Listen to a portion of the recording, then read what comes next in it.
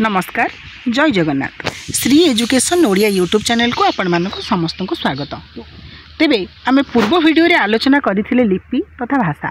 तेबे आजिर वीडियो रे आमे आलोचना करिबा व्याकरण अलंकार और छंद जहाँकि आपणकर ओडिया रो सीपीटी एंट्रांस हो बा यूजीसी नेट एंट्रांस बा अन्य जेतिक सब एंट्रांस अच्छी ओडिया सब्जेक्ट रो तो सही ओडिया सब्जेक्ट रे आसीबार 100 रु 100 भाग चांस रही। जहाँ भी आम प्रश्न आलोचना करुँच ज्ञानकोश बहिर अंतर्भुक्त। तेणुक भिडटी को प्रथम रु शेष जाए देखूँ एवं चैनल जदि नुआ करी आसी तेज चैनल को सब्सक्राइब करी पाखरे बेल आइकन को ऑलरेडी सेट कर दे था जहाँफल जहाँ भी ये सब एजुकेशनल आउ इनफॉरमेशनल वीडियो अपलोड करी तार नोटिफिकेशन टी आपण मैंने पाइबे। तेज प्रथम प्रश्न आज आम आरंभ करवा विभागर ओडिया भाषा रे व्यवहृत वर्ण संख्या केते।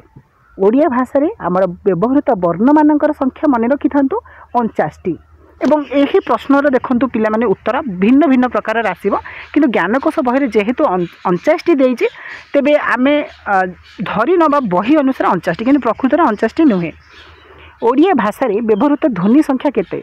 ओडिया भाषा रे व्यवहृत ध्वनि मानकर संख्या होछि 41टी। ओडिया वर्णमाला को केते भाग रे विभक्त करा जायछि। ओडिया वर्णमाला को स्वर वर्ण व्यंजन वर्ण एवं अजोग बाह एही तीन भाग रे विभक्त करा जायछि। स्वर वर्णर संख्या केते। स्वर वर्णर संख्या हेउछि 11। व्यंजन वर्णर संख्या केते। व्यंजन वर्णर संख्या होछि 35। ओडिया वर्णमाला रे व्यवहृत खंड ध्वनिग्राम संख्या केते। ओडिया वर्णमाला रे व्यवहृत होउथबा खंड ध्वनिग्राम गुड़िकर संख्या होछि 39टी। ओडिया वर्णमाला रे व्यवहृत खंडेतर ध्वनि संख्या केते। ओडिया वर्णमाला रे व्यवहृत खंडेतर ध्वनिर संख्या होछि 2टी यथा अनुस्वार एवं चंद्रबिंदु। विसर्ग को केउ व्यंजन वर्णर अनुरूप भाव में व्यवहृत करा जाए। विसर्ग को आमे ह व्यंजन वर्ण जगार व्यवहृत करिथांती। ओडिया भाषा रे व्यवहृत शुद्ध स्वरध्वनि संख्या केते। ओडिया भाषा रे व्यवहृत होथबा शुद्ध स्वरध्वनि गुड़िक होचंती 6टी यथा अ आ हर्षई हर्षऊ ए एवं ओ। ओडिया भाषा रे उच्चारित स्वरध्वनि संख्या केते। ओडिया भाषा रे उच्चारित होथबा स्वरध्वनिकर संख्या होची 8टी यथा अ आ हर्षई हर्षऊ ए ओ ऐ ओ।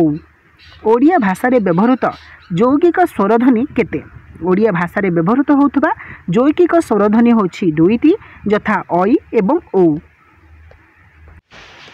परवर्ती प्रश्न जिह्वार विभाग दृष्टि ओडिया स्वरध्वनि को केते भाग रे विभक्त करा जायछि ओ ताहा कोन कोन।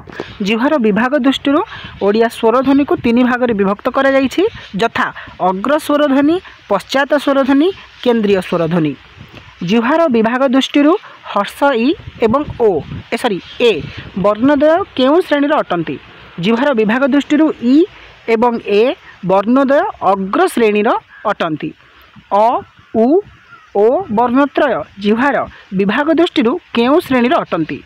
अ हर्षौ एवं ओ वर्णत्रय हेउचंती को श्रेणीर ना पश्चात श्रेणीर अंतर्भुक्त अटंती। आ अक्षरटी केउ श्रेणीर अटे। आ अक्षरटी हेउची केंद्रीय श्रेणीर अटे। जिह्वार उच्चता दृष्टि स्वरवर्ण को केते भाग रे विभक्त करा जायछि। जिह्वार बा जिह्वार उच्चता दृष्टि स्वरवर्ण को 4 भाग रे विभक्त करा जायछि यथा संवृत अर्ध संवृत विवृत और अर्ध विवृत। जिह्वार उच्चता दृष्टि अ एवं आ केउ श्रेणीर अटंती। जिह्वार उच्चता दृष्टि अ एवं आ उभय अर्ध विवृत एवं विवृत श्रेणीर अटंती। केउ स्वरध्वनि को संवृत ध्वनि कहा जायथाय। हर्षई हर्षौ आदि 2टी स्वरध्वनि को संवृत ध्वनि बोली कहा जायथाय।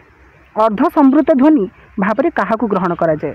अर्ध संवृत ध्वनि भाव में ए ओ को ग्रहण करा जाए।